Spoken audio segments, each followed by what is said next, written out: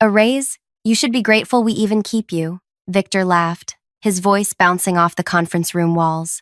I sat perfectly still in my chair, the quarterly performance review folder open before me. 7 years of exceptional evaluations. 7 years without a single pay increase. Penny, your request is. Diane, the CFO, tilted her head with exaggerated sympathy. Ambitious, considering market conditions. The leadership team exchanged knowing glances around the table. 8 people who collectively made decisions about my worthwhile, knowing nothing about what I actually did for them. I developed the calibration method that increased our precision by 37%, I said, keeping my voice steady. Production time was cut in half. The Eastbrook contract alone, which we secured through aggressive negotiation tactics, interrupted Ben, VP of Sales, though we both knew it was my technical specifications that won that deal. I've trained 16 junior technicians since I started. I've personally troubleshot critical issues for our top clients. The European expansion would have collapsed if I hadn't. Team effort,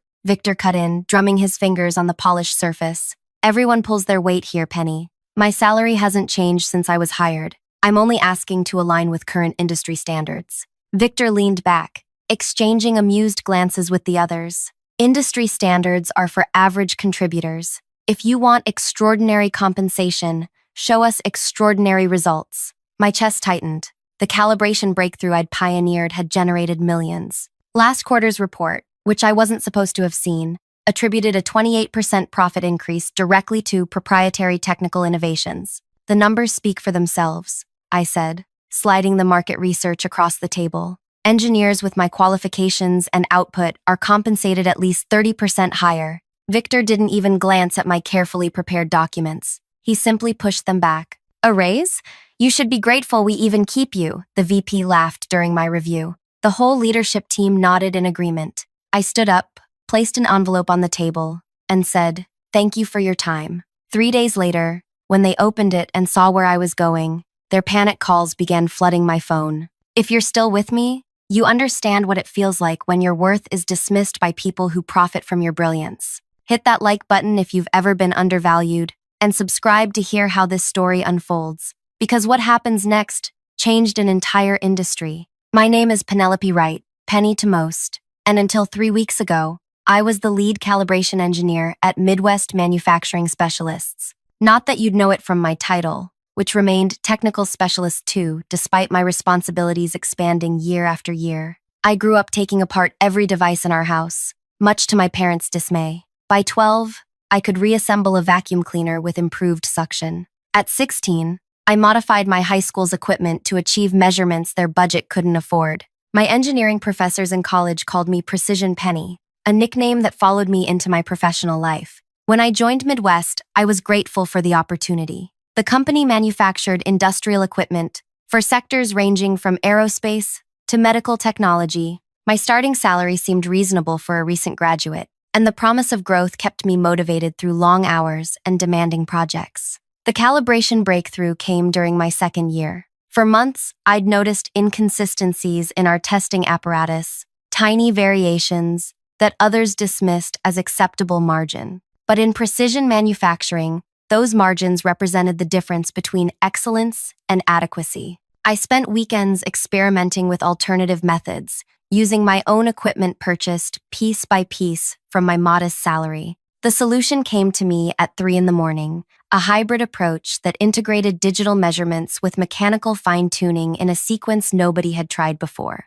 When I demonstrated my method to the engineering team, the results were immediate. Precision improved dramatically, while cutting calibration time from 6 hours to just under 3. The production floor implemented my technique within a week, and suddenly our products outperformed every competitor in accuracy tests. Orders increased, quality complaints disappeared. Client retention hit 100% for the first time in company history. I waited for recognition, a promotion, a bonus, even just acknowledgement in the company newsletter. Instead, in the quarterly meeting, my innovation was presented as our new proprietary method, with no mention of my name. Victor took questions from impressed board members while I sat silently in the back row. "This is how business works," my colleague Jamie told me afterward. "Individual recognition isn't how you advance here. Be patient." So I was patient. I trained new hires on my calibration method, I documented every step so production wouldn't suffer during my rare sick days. I answered calls from clients at midnight when their equipment needed emergency adjustments. The European expansion came in my 5th year. Regulatory standards differed significantly from American requirements, and the first shipment of machines failed inspection spectacularly. The expansion team was in crisis, with millions in equipment sitting in warehouses, unusable. "Penny, we need solutions, not explanations," Victor said during the emergency meeting. "Either fix this, or we'll find someone who can." I canceled plans for the next 6 weekends. My relationship with Luis ended when I missed his sister's wedding. I redesigned critical components, revised testing protocols, and created new calibration standards specifically for European requirements. By the 7th week, our equipment passed inspection with scores exceeding local manufacturers. The company celebrated the successful expansion with a party I couldn't attend. I was on a video call with German technicians, walking them through implementation. Each year, my performance reviews praised my dedication and technical expertise. Each year, my compensation remained unchanged. When I raised the issue, I was told the company was restructuring or consolidating resources or emphasizing team achievements over individual contributions. I watched newer employees, usually men with half my experience, negotiate starting salaries higher than what I was making after 6 years. "That's just how negotiation works," Human Resources explained when I inquired. "Your performance is valued, but we can't disrupt internal equity by adjusting established employees." So I stopped asking and started applying elsewhere. The offers came quickly. My reputation in the industry had spread, despite the company's effort to brand my innovations as their collective achievement. I declined 3 positions out of misplaced loyalty before an unexpected email arrived in my personal inbox. "Your calibration method has revolutionized equipment precision standards," wrote Olivia, Director of the Industrial Certification Authority. "We're creating a new position, Chief Innovation Officer, to modernize certification protocols across the industry. Based on your contributions to the field, we'd like to discuss your interest." The ICA sets the standards that every manufacturer in our sector must meet. Their certification is the difference between market access and bankruptcy. Their offer included compensation that made my current salary look like a clerical error, plus authority to shape industry practices. I met with Olivia for dinner, intending only to gather information. 3 hours later, surrounded by empty plates and pages of notes about potential improvements to certification standards, I realized I'd found my path forward. "I need 2 weeks to properly transition my current projects," I told her as we parted. "Take the time you need," she replied. "We've waited years for someone with your vision. A few more weeks won't matter." I decided to give Midwest one final chance. I prepared extensive documentation showing my contributions, market salary data, and a modest request that would still leave me underpaid but would acknowledge my value. I scheduled my annual review early and arrived with hope that rationality might prevail. Instead, I got laughter and dismissal. As I walked back to my workstation after the meeting, a strange calm settled over me. 7 years of doubt about my worth dissolved in an instant. Their reaction wasn't a negotiation tactic. It was a revelation of how they truly saw me, disposable despite being irreplaceable. I sent a brief email accepting Olivia's offer before starting my afternoon tasks. That evening, I drafted my resignation letter. 2 paragraphs, professional and concise. I mentioned no grievances,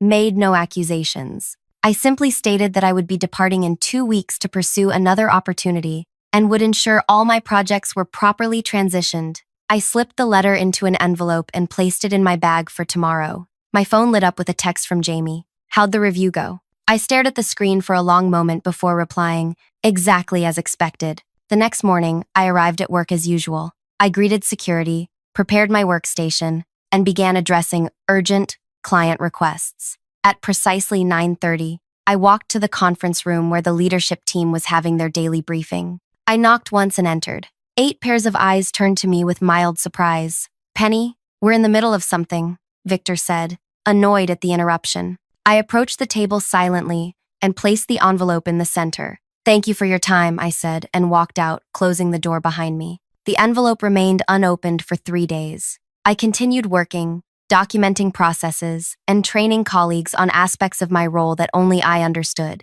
No one mentioned my unusual appearance at the leadership meeting. No one asked about the envelope. On the 3rd day, While I was calibrating equipment for our newest client, my phone began vibrating continuously in my pocket. 6 missed calls from human resources, 4 from Victor, 2 from Diane. I turned it off and finished my calibration. What happened next would reshape not just my career, but an entire industry's standards of excellence and accountability. And it all began with a simple, unopened envelope. When I returned to my desk, Heather, from HR, was waiting. "Penny," she lowered her voice. "Victor opened your letter. He's concerned. Can we talk privately?" I followed her to a small conference room where Victor and Diane were already seated. Victor pushed my resignation letter across the table. "What is this?" he asked, as though the clearly stated resignation was written in hieroglyphics. "My 2 weeks' notice," I replied. "I've accepted another position." "Where?" Diane demanded.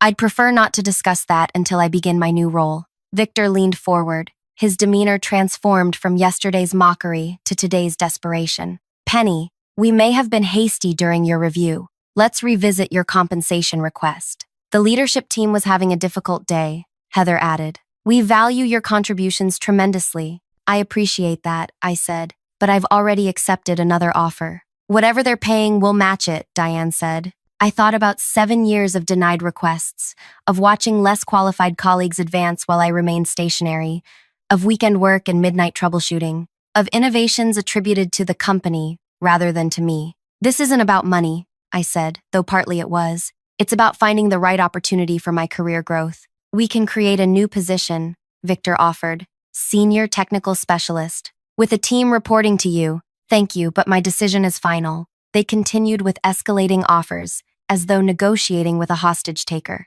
By the time I left that room, they'd promised a 50% raise, a director title, and a seat on the innovation committee. The same committee that had rejected my improvement proposals for years. I declined each offer with increasing certainty. The next 2 weeks were surreal. Colleagues who had barely acknowledged me for years suddenly wanted lunch. Executives who couldn't remember my name stopped by my workstation with technical questions that revealed how little they understood about our own products. I documented everything meticulously: calibration procedures, troubleshooting protocols, client-specific modifications. I created training materials for processes I'd previously maintained alone. I transferred knowledge accumulated over 7 years into organized files, accessible to anyone who might need them. On my final day, I handed over my projects to 3 different engineers, each taking a portion of my responsibilities. My desk, always minimal, took less than 10 minutes to clear. Victor appeared as I was signing final paperwork with HR. "This is a mistake, Penny," he said, following me toward the exit. "You're throwing away 7 years of building your career here." I stopped at the security desk and handed over my badge. "Those 7 years provided valuable experience. I'm grateful for that. At least tell us where you're going," he pressed as we reached the lobby. "We should stay in touch." I considered various responses before settling on simple truth: the Industrial Certification Authority. Today was my last day here, but I don't start there for 3 weeks. "I'm taking some time off." His face paled. "The ICA? In what capacity?" "Chief Innovation Officer." Victor's expression collapsed into something between panic and disbelief. He knew, as everyone in our industry knew, that the ICA's standards determined which products reached market and which failed. Their certification process could accelerate or destroy a company's future. His voice dropped to a whisper. "We should talk about this." "We've had 7 years to talk," I replied. "Goodbye, Victor." I walked through the glass doors into bright spring sunshine, the weight of unappreciated years falling away with each step toward my car. Those 3 weeks between jobs were the first real break I'd taken since college. I visited my parents in Michigan, hiked trails I'd always been too busy to explore, and slept without setting an alarm. I declined 14 calls from various Midwest manufacturing numbers and deleted their voicemails unheard. On my first day at the ICA, Olivia personally showed me to my office, an actual office with a door and windows, not the shared workstation I'd occupied for 7 years. "The certification standards haven't been substantially updated in nearly a decade," she explained. "Technology has evolved, but our requirements haven't kept pace. Your first project is to modernize our approach, particularly in precision measurement protocols." I spent my first month learning the organization, reviewing current standards, and identifying outdated requirements. By the 6th week, I'd drafted preliminary revisions that would raise industry standards to reflect current technological capabilities. These are significant changes, noted Xavier, the technical review director, during our planning meeting. Some manufacturers will struggle to comply. Any manufacturer using current best practices will meet these standards, I replied. The changes primarily affect those using outdated methods or taking shortcuts. Like ignoring calibration drift over time?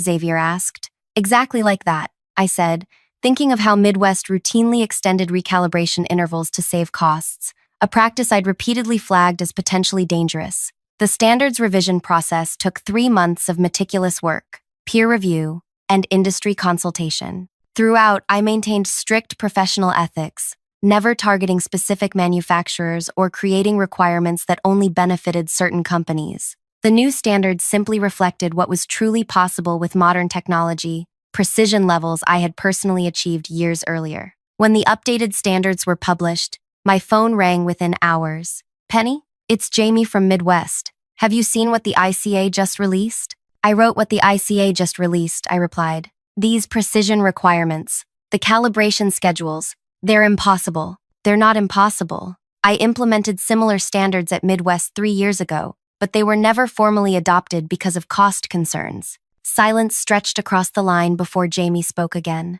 Our certification renewal is due next month. We're nowhere near compliant with these new requirements. The ICA offers implementation consulting for companies transitioning to the new standards, I said, reciting our official position. I can refer you to that department if you'd like. Jamie declined, and I later learned Midwest had hired an external consultant at premium rates. 2 weeks later, my assistant notified me that Midwest Manufacturing had requested an expedited pre-assessment review, a service we offered to companies concerned about their certification status. The review was assigned to one of our senior inspectors, maintaining my professional distance from my former employer. The inspector's report arrived on my desk with a large red flag notification. Midwest's equipment failed to meet the new standards by significant margins. Their calibration procedures were outdated, their precision measurements inconsistent, and their quality control documentation inadequate. I forwarded the report to our certification committee with standard recommendations for improvement paths. No special treatment, positive or negative, just the facts. 3 days later, Victor called my direct line. Penny, he began without greeting. We need to discuss these new certification requirements. All communication regarding certification should go through official channels, I replied. The implementation team can assist with your transition plan. This isn't about implementation, he snapped. These standards are clearly designed to target our processes specifically. This feels personal. The standards apply equally to all manufacturers in the sector, I said. Many companies are already in compliance. Others are successfully implementing updates. You know exactly what you're doing, he accused. You're using your position to punish us for not giving you that raise. I let his words hang in the air for a moment. Victor, I'm recording this call as per ICA policy for all certification discussions. Would you like to rephrase your statement for the record? He hung up. Midwest's formal certification review came due while I was presenting at an international standards conference in Vienna. The committee evaluated their application without my input, following our established protocols. Their findings: provisional certification only, with mandatory compliance checks every 30 days until full standards were met. In industry terms, this was a significant blow. Provisional certification carried limitations on new contracts and required disclosures to existing clients about compliance status. For a company that had previously enjoyed automatic renewals, thanks largely to my behind-the-scenes corrections before official inspections, this represented both a practical and reputational crisis. Upon my return, I found 27 messages from various Midwest executives, escalating in urgency and desperation. I responded with a single email directing all certification inquiries to our official channels, copying our ethics compliance officer to maintain transparency. The industry summit 6 months later highlighted how dramatically standards had shifted. My keynote presentation on precision requirements for next-generation manufacturing drew attendees from 4 continents. In the front row sat Midwest's leadership team, including Victor and Diane, taking notes with the focused attention of students before a final exam. During the networking reception afterward, Ben from Midwest approached me, champagne glass in hand but sobriety in his expression. Impressive presentation, he said. We've hired 3 specialists to implement the new standards, but progress is challenging. Quality improvement is always a journey, I replied neutrally. We've invested nearly $7 million in equipment upgrades, he continued. Ironically, these are the same upgrades you requested in your last budget proposal with us. I sipped my water, saying nothing. The thing is, Ben lowered his voice, we're still struggling with the calibration protocol. The documentation you left wasn't quite complete. The documentation was comprehensive for the methods in use at that time.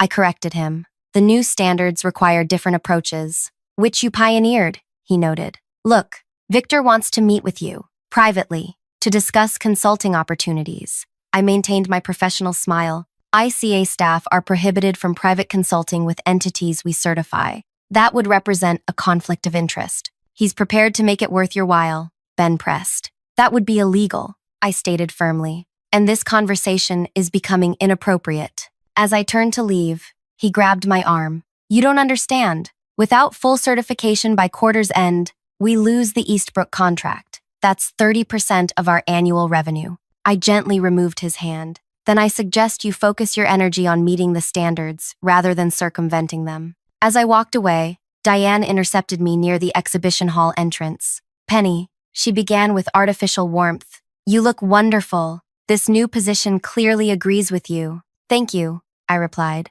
If you'll excuse me, I have a panel discussion to moderate. Just 1 minute, she persisted. We've been doing some restructuring at Midwest, creating a new division focused on precision technology advancement. The board has approved an exceptional compensation package for the right leadership candidate. I met her gaze directly. Are you offering me a job, Diane? We're exploring possibilities with someone who understands our unique challenges. Someone who could help you meet the new certification standards? Someone who recognizes the practical realities of implementation timelines, she countered. I smiled politely. I believe the ICA's implementation guidelines already provide realistic timelines for companies committed to quality improvement. Companies that can survive those timelines, she muttered. The statement hung between us, revealing more than she intended. Midwest wasn't just struggling, they were in serious trouble. If Midwest manufacturing can't meet industry standards, I said carefully, perhaps there are more fundamental business challenges to address than just certification requirements.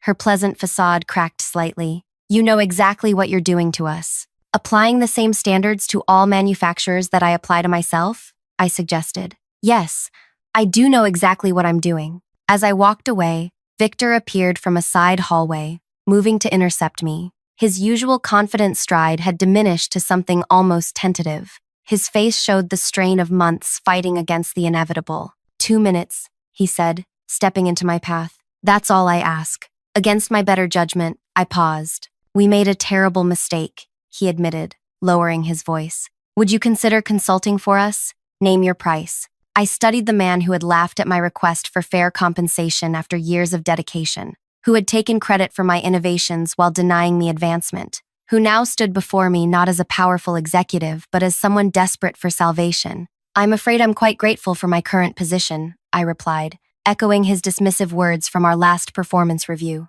As I stepped around him toward the panel discussion, he called after me, "This isn't over, Penny." I turned back briefly. You're right about that, Victor. For Midwest manufacturing, this is just beginning. What I couldn't tell him, what I couldn't tell anyone yet, was that the true reckoning was still coming. Because while updating industry standards had created problems for my former employer, those changes were never about revenge. They were simply good business practice, long overdue improvements that benefited the entire sector. My actual plan was only now entering its final phase. The panel discussion on ethics in technical innovation was my last official event at the summit. As experts debated the boundaries between proprietary methods and industry standards, I noticed Victor slipping out of the auditorium, phone pressed to his ear, face tense with urgency. 2 weeks later, industry news reported that Midwest Manufacturing had secured an emergency loan to fund strategic improvements. Reading between the lines, they were burning cash to meet certification requirements before losing major contracts.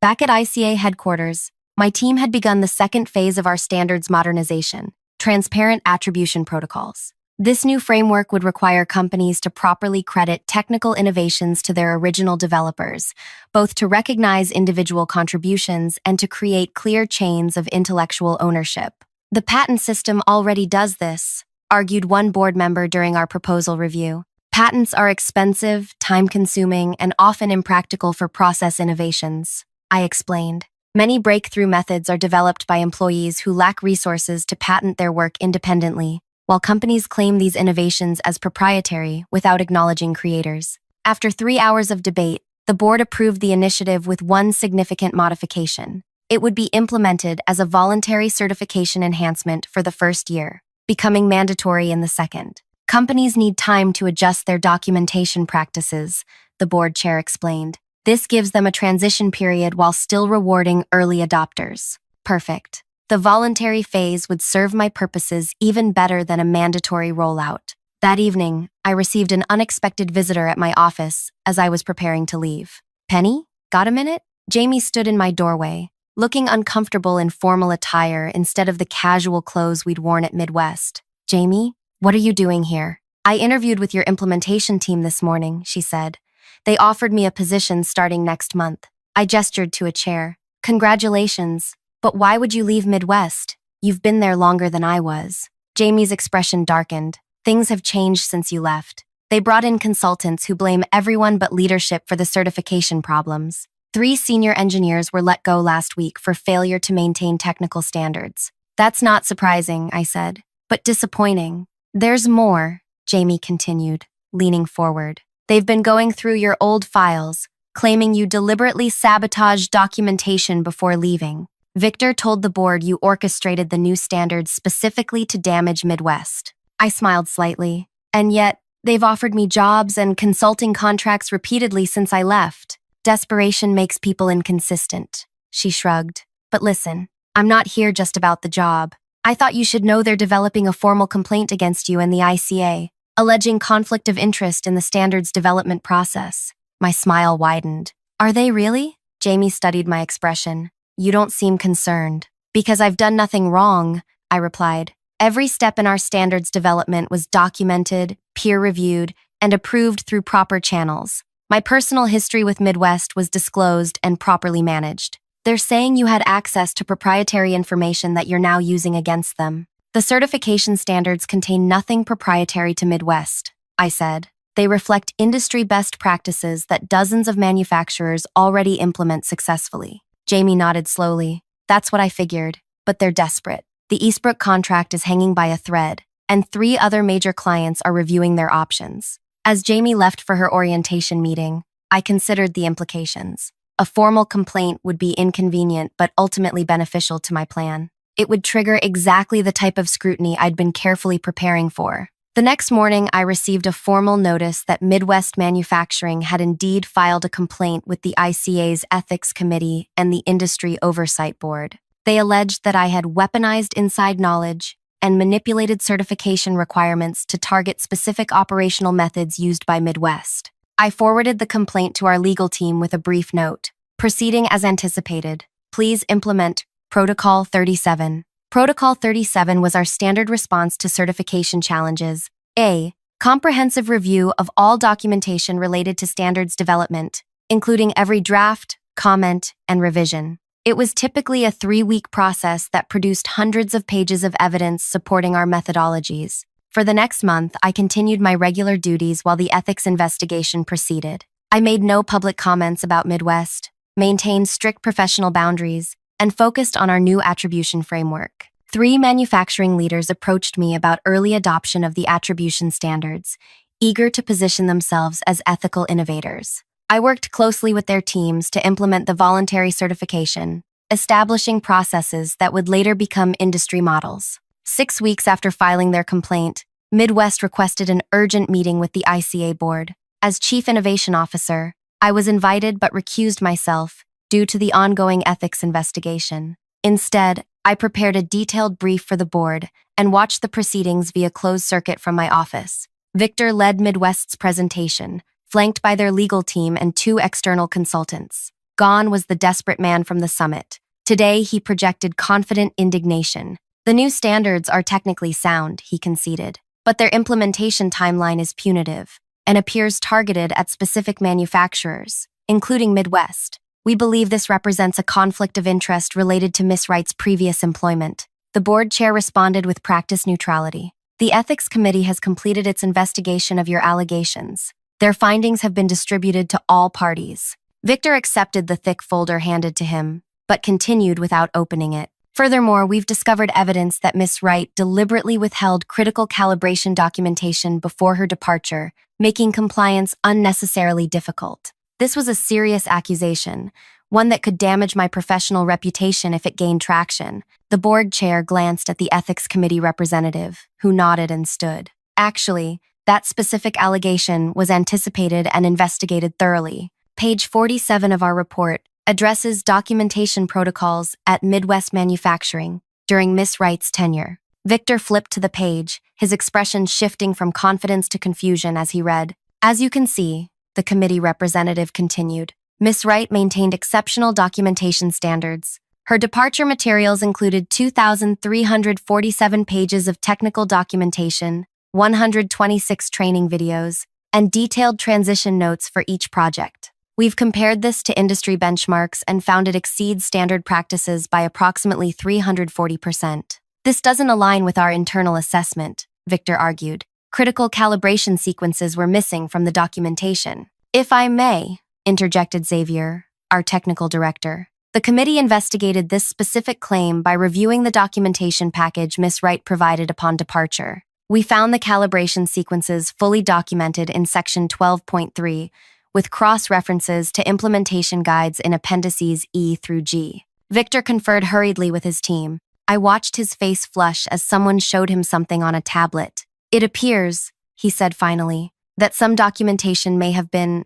misfiled internally after Miss Wright's departure, or deliberately hidden, suggested a board member, to support this complaint. The meeting deteriorated from there. Midwest's allegations collapsed under scrutiny, with each claim systematically dismantled by evidence I had meticulously prepared over 7 years. You see, my revenge was never about creating impossible standards or targeting my former employer. It was about something far more powerful, creating a system where truth could not be buried, where contributions could not be stolen, and where excellence could not be exploited without recognition. For 7 years, I had documented everything, not just technical processes, but every interaction where my ideas were appropriated, every email where credit was reassigned, every meeting where my contributions were minimized. I had maintained dual records, the official documentation that met all professional requirements, and my personal archive that told the true story of innovation at Midwest Manufacturing. When I joined the ICA, I didn't need to target Midwest. I simply needed to create systems that would naturally expose what had been happening there all along. The attribution framework was the final piece, not because it would force Midwest to acknowledge me, that time had passed, but because it would prevent them from doing to others what they had done to me. 2 days after the failed complaint hearing, Midwest's board of directors announced an internal investigation into potential misrepresentation by senior leadership regarding technical capabilities. Within a week, Victor and 2 other executives were placed on administrative leave. The Industry Oversight Board initiated a separate investigation into potential securities violations related to materially misleading statements about proprietary technologies in Midwest's investor communications. Those communications had claimed ownership of innovations that were actually my uncredited work. 3 weeks later, as these investigations intensified, I received another visitor. Diane stood awkwardly at my office doorway, looking diminished without her executive armor. The board asked me to come, she said without preamble. We're facing serious consequences from the failed certification and the investigations. Our stock has dropped 60%. Eastbrook terminated their contract yesterday. I waited, saying nothing. The board wants to negotiate, she continued. They're prepared to offer public acknowledgement of your contributions, back pay for the raises you should have received, and naming rights for the calibration method. Why would I want any of that now? I asked. Because without it, Midwest won't survive another quarter, she admitted. 400 people will lose their jobs. Not just leadership, engineers, technicians, people who had nothing to do with how you were treated. I considered her words carefully. The attribution framework offers a path forward for companies willing to honestly document their innovation history. Midwest could be among the first to adopt it. That would mean admitting publicly that leadership took credit for work we didn't do, she said. Yes, I replied simply. It would mean telling the truth. She nodded slowly. I'll take that to the board.